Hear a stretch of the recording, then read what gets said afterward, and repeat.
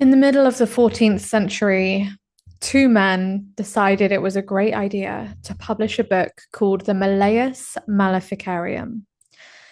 In this book, which I really don't recommend you reading, it's quite horrifying, is a line that would change the history of woman forever. And the line read, "Nobody does more harm to the Catholic Church than midwives." For the next 300 years that society listened to this book, 9 million humans, mostly women, were killed and burned as witches. And ever since then, women have been terrified to connect with the part of their body that they were told was only for a man. For a man to enter for medical reasons. And so men took over ownership of gynecology, and women became more and more disconnected from the source of our power. Fast forward a few hundred years to 2017, and I was in my early 20s on a solo backpacking trip around Southeast Asia. I went to a beach party in Goa, in the south of India, and a man decided that my body was his for the taking. He followed me home, and the event that happened in that hostel bunk bed in an empty room in the middle of the night is something that changed the trajectory of my life forever. I'm Charlotte Little, founder of the Wet and Worthy Woman movement. And for the last 5 years, I have devoted my life to helping women feel safe, sacred, and sensually alive in the body parts that they were told belonged to someone else.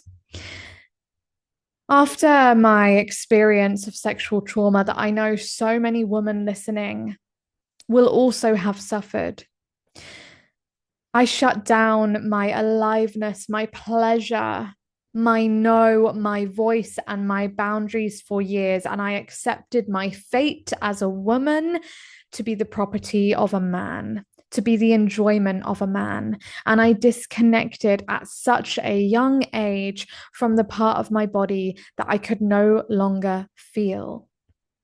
Until came the time that I accidentally stumbled across a menstrual cycle course. This plugged me back into the darkest memories of what my body had been through.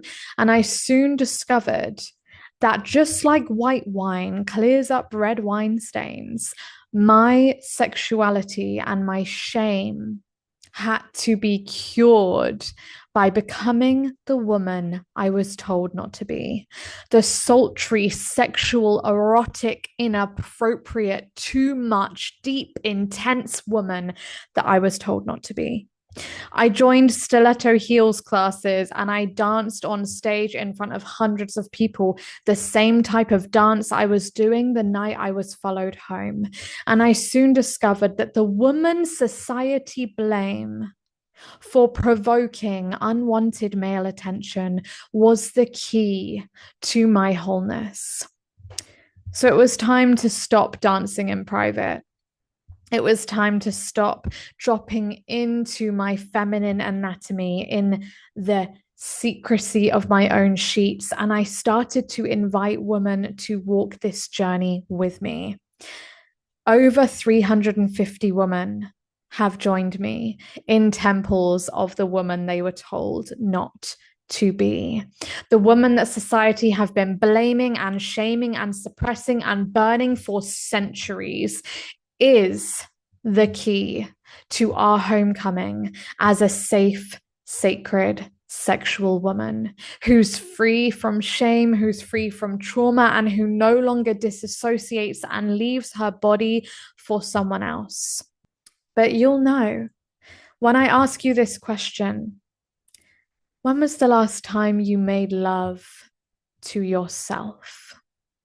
Not just grabbing your plastic, buzzy, battery operated friend to have a 2-minute source of something, not just going to your body with an agenda like a smear test, but when was the last time you actually held yourself, spent time, slowed down, and felt what was actually being held in the anatomy of your body. Because I can tell you, woman, there's a very good reason that you've left that part of yourself alone and severed your upper body from your lower body. There is a reason that when you step into the bedroom, you feel you cannot ask for more. And it is so deeply rooted in the 9 million humans that burned for being connected to their feminine anatomy. The care of our wombs and our vaginas were handed over to masculine hands for hundreds of years. And my work, and the reason I have a full-time job in this, is that women are hungry to come home. Come home to their flesh, their blood, and the parts of them they were told to ignore and avoid. So I invite you to take a deep, deep breath and decide that your body belongs to you again now as a woman.